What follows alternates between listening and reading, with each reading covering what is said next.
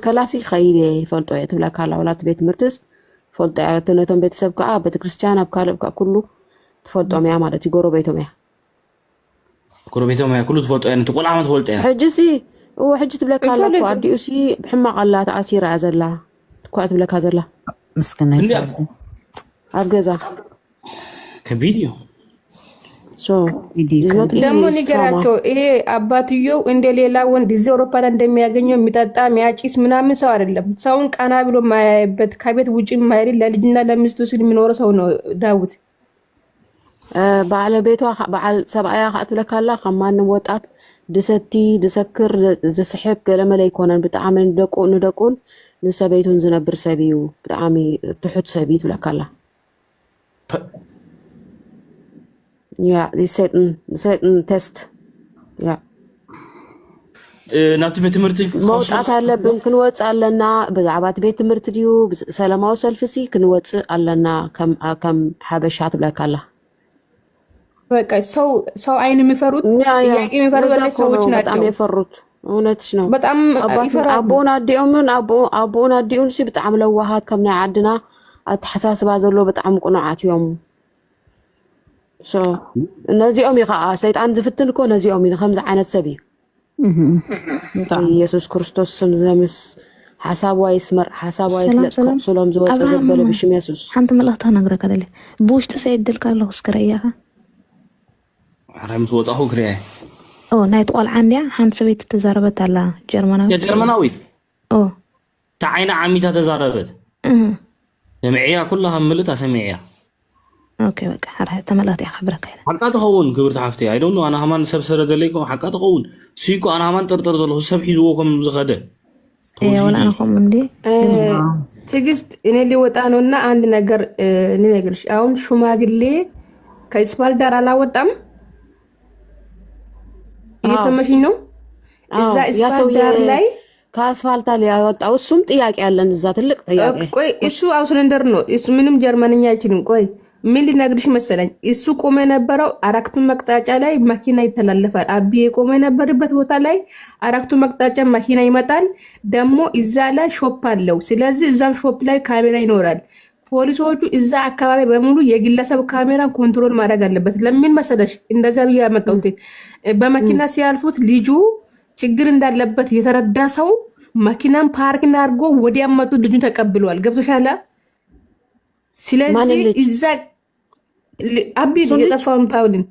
ፓውሊን ማለት ነው ሌላ አሁን ችግር ስላለበት ነው ስፓልት ላይ ወጣ አይደለ ስለዚህ የሆነ ሰው ቶሎ አሰበና ይሄ ልጅ ችግር ስላለበት መውሰድ አለብኝ ብሎ ተመልሶ ወጥቷል ማለት ነው ስለዚህ እዛ አካባቢ ላይ ብቻ ካሜራ ይመረመር ወደ ትምህርት ተራሱ ይቅር ባንኩ ቤትም ይቅር እዛ አካባቢ ላይ ካሜራ አለበት ምን ያህል ርቀት አለው ትምህርት ቤቱና ካሜራ ሰውየው የመለሰው ከአስፋልቱ ምን ያህል ርቀት በጣም ሩቅ ነው 5-6 ደቂቃ ይወስዳል ለልጅ በመንገድ በእግር አዎ አንዴ ለምን መሰለሽ አብርሃም ቅድም ጥያቄ ነበረው 12 ተኩል ከትምህርት ቤት አመለጠ ተባለ ከዛ ካሜራው ላይ ደግሞ ሪከርድ ሲደረግ የነበረው ባለመኪናው 3 ሰዓት ከምናምን ነው ስለዚህ ምን ያክል የት ነበር እስከዛ ድረስ ልጁ ምናምን ብሎ ሲጠይቅ ነበር አብርሃም ቁልቁላ ሲትወርጂ 5 ደቂቃ 6 ደቂቃ ይወስዳል ወደላ ሲትወጪ 7 ይወስዳል ለልጅ ማለት ነው ለአዋቂ 4-5 ደቂቃ ይወስዳል እትርሕቀት ቤት አለው እትርሕቀት ካብትና አንተ ወይ ትብል እሺ እትርሕቀት ናይቲ ቤት ትምህርትን ናይቲ ካሜራ ተቆልዓ መጀመርታ መዓልቲ ክሮስ ክገብር ከሎ ዘርኡና تدنجر حب شراسة أبو خيط بترحقات سي بتعامل 6-7 دقائق عيت ولا كلا تتصعدها كوميلاتني تتصعدها مثال تريكورد يا كاميرا أبو سي دكان له كاميرا له ناي برايفت سبات له دكانات له نسوس كفتشو ولهم دهان انتي تبلي انا احمان تسعد كبتمرتي اب غازيتا 12 30 يبحال እቲ ዝተቀድሐ ካሜራ ሰዓት 3:30 ነይሩ በልያ ድሕሪ 3 ሰዓት አበይ ነይሩ ነግሪያ እንታይ ትብላላ ሳይጂ ብትሮያን ተወጥሮ መጠየቅ አለበት። የሱ ብትሮያ ምን ማናቸው ናቸው? መጀመሪያ በር የከፈቱት ገብቶሻል አይደል? እኔን ለምሳሌ ልጅ ጠብቄ ከኔ እጅ ልጅ ከጠፋው በንጋታ ሄጄ ስራ አልሰራም። የዛን ሰዓት ኦኬ፣ የዛን ሰዓት አንድ ሰው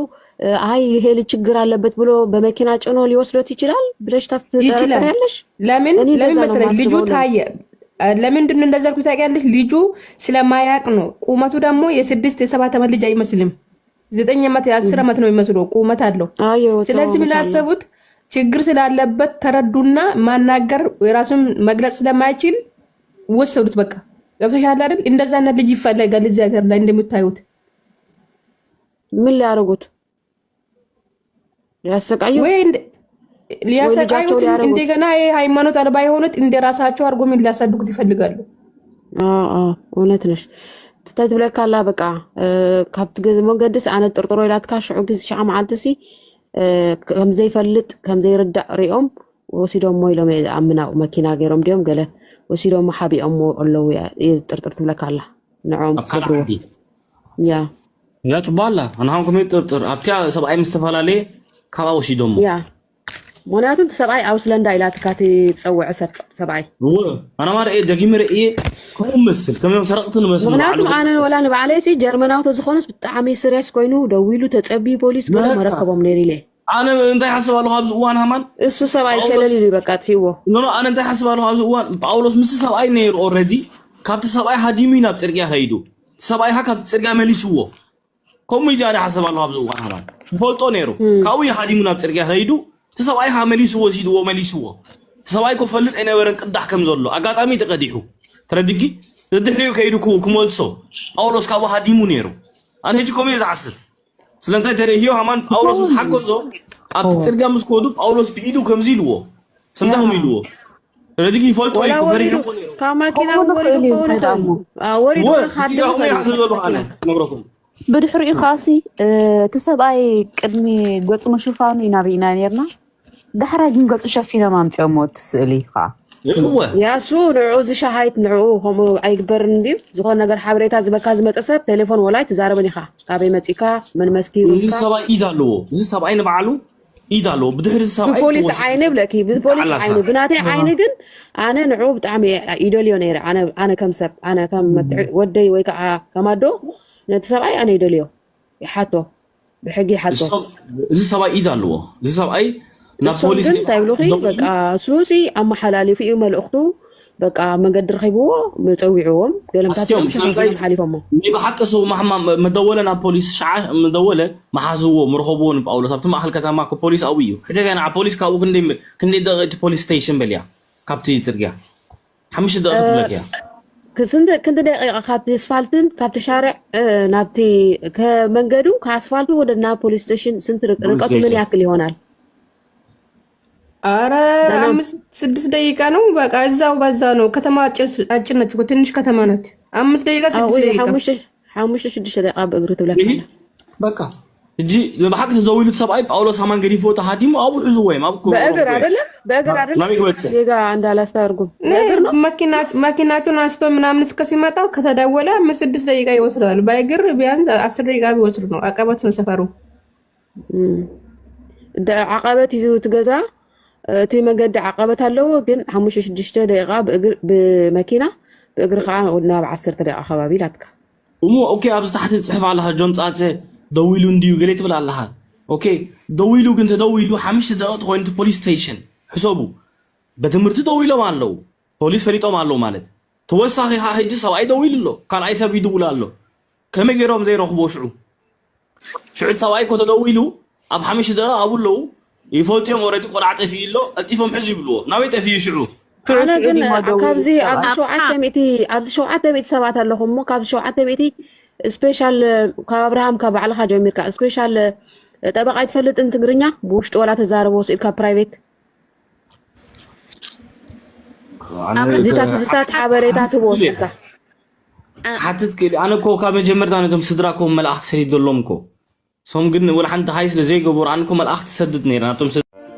روزينا يبهال أبترني توليده أبزي أدي سابا بسرعة جبريل أو يصرحني ኣብ ፅርግያ ብስራተ ገብርኤል እንዳስራሕ ከለኹ ኣጋጣሚ ኮይኑ እዛ ቆልዓ እዚኣ ወሊዳ እዛ ቆልዓ እዚኣ ክወልድ ከለኹ ኣብ በረንዳ እየ ወሊደያ ንጓል ኣብ በረንዳ ወሊደያ ኣብ በረንዳ ይድቅስ ነይረ ኣብ ቁሪ ኣብ ኩሉ ይድቅስ ነይረ በቃ ብሕሱም ምድቃስ እሳውን እግራ ሓንቲ እግራ ሓፂራትኒ እዛ ጓለይ እግራ ሓሚማትኒ ኣነ እውን ከምኡ ብሓንቲ ጎነይ ስልድቅስ ኣነ ባዕሉ ሓንቲ እግረ ብጎነይ ዝኸይድ ኣነ ሕጂ ባዕሉ ብጎነይ ዝኸይድ እዛ ጓለይ ምስ ሓመመትኒ ፍቐዱ ቤተክርስትያን ሓዚለያ እንዳኸድኩ ይልምኒ ቤተክርስትያን ከይደ ክልምን ከለኩ ሰብ ንዓይ ኣይበንን ነፍሰይ እንዳርኣይ ሰብኣይ ተኽፈለይ ሰብኣይ ይበንን ነፍሰይ ገጃው ስለዝኾኑ እዚኣ ቆልዓ ዝረኣየኒ ነፍሲ ዝበለ ሰብ ነይሩ ዘኽእሉ ሰብ ነፍሲ ዝበለ ሰብ ነይሩ ዘብልዓኒ በቃ ህይወተይ ከምዚኣ ትመስል ነይራ ካብ ዝገርመኩም ነገር ሕዋተይ እዛ ቆልዓ ንባዕሉ ከመይ ከም ዝወለድክዋ ንባዕሉ ኣይፈልጥ በቃ برندا دقس كله بقى كل صدام مسكول قرن داش مكفار أنا كله أنا بعد حممتي أنا بعد بقول لي صغير أنا بعد تدرين بقى يدقس بركات لبا كوفي حتى تكسب لي يدقسني كوفي محل أخوي حضر حواتي خابت زنبركو خابت قنش خابت كمال كوفي برندا خابت زنبركو أوتيكم أبي يلكم نبلكم بتعمي زي مسجنكم زي مهواتي حتى أمانة نسخم يكم زلكم نعمل دقيق سبب الليل أنا سبب يسخم يكم سلو ولادي كتب العواتي حقزني ولادك بمارة زاقوا علي كتبوا قولي زحتوا علي تعالوا لي بلكم ألقوا حواتي نعمل خير سبب